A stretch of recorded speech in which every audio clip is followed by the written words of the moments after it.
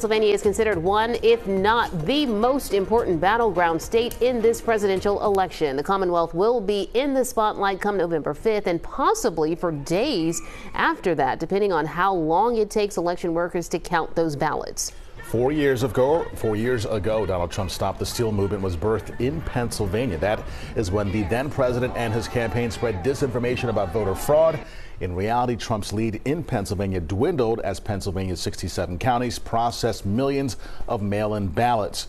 State law, passed by Republicans, does not allow Pennsylvania to count mail-in ballots ahead of Election Day. 4 days later, once all the ballots were counted, Joe Biden won Pennsylvania.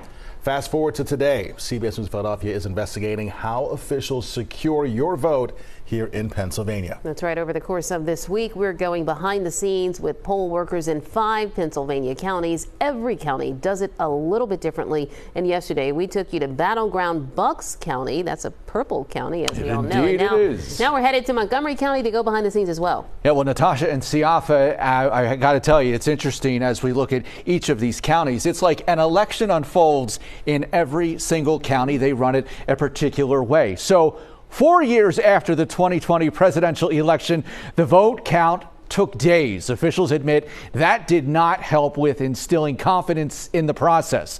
This time around, elections officials in Montgomery County say they're confident they'll have vote totals less than 24 hours after polls close because they say they've gotten more efficient with processing the thousands of mail-in ballots. I got elected to certify the election. Charlie Serino has been a judge of elections in Upper Moreland Township for more than 30 years. That's 8 presidential elections. The process is pretty airtight now. It's been improved to the point where it's easy to pull off. It's actually easy to conduct the election. And I'm feeling fairly confident that, the numbers at the end of the day are 100% accurate. In his 9th presidential election, a big focus is on mail-in balloting. Montgomery County has seen a surge, like other places, with the mail-in ballots. That means officials need to protect those ballots. Our drop boxes all have cameras 24/7, and they're picked up by sheriffs on a daily basis. Commissioner Neil McKeeja is chair of the Board of Elections.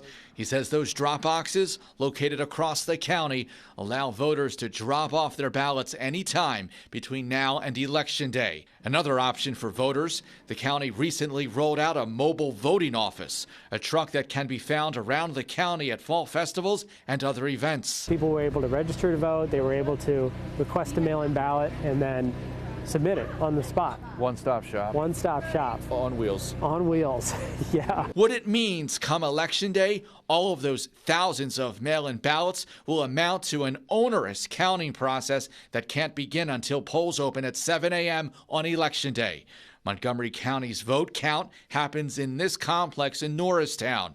It's a process so safeguarded, the county wouldn't allow our cameras to get a look inside. If we had just one day to start counting those mail-ins, we could have the results on election night, which is what would be ideal. The commissioner told me he expects the count to be finished by late afternoon, the day after Election Day. In 2020, the wait for mail-in ballots fueled questions about the integrity of the vote. Officials are quick to challenge questions about election integrity or security, whether if you vote in person or by mail-in ballot. The responsibility that I have as an elected official is to ensure that I'm not going to be intimidated or threatened by those who want to cast doubt on this process. He's talking about the allegations of a stolen election by election deniers in 2020. Some of those folks are very intentionally misrepresenting the facts in the law, and that was recognized in 60 court decisions in 2020. There was no basis for widespread fraud. Meanwhile, Montgomery County is making sure that is the story again in 2024.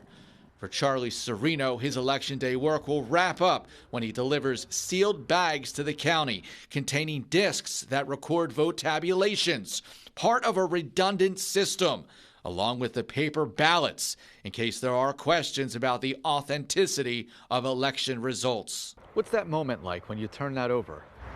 is satisfying because you're done after a 13 or 14-hour day. Sounds very official.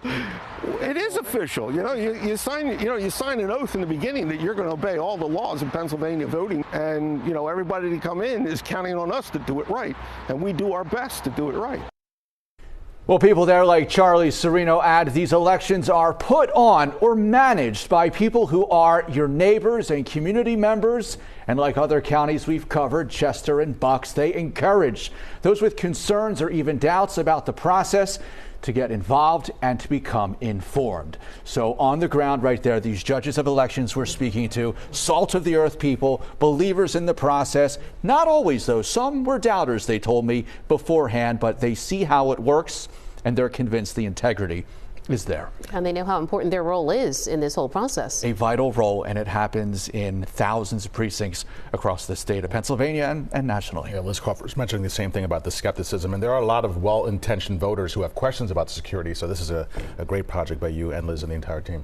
Thank you both. Thank you very much, Joe. Well, our investigative team did go behind the election operation in 3 other Pennsylvania counties. CBS investigative reporter Liz Crawford checks in with election officials in Philadelphia about their plans to make sure that every single vote counts. That's tomorrow on your news at 5.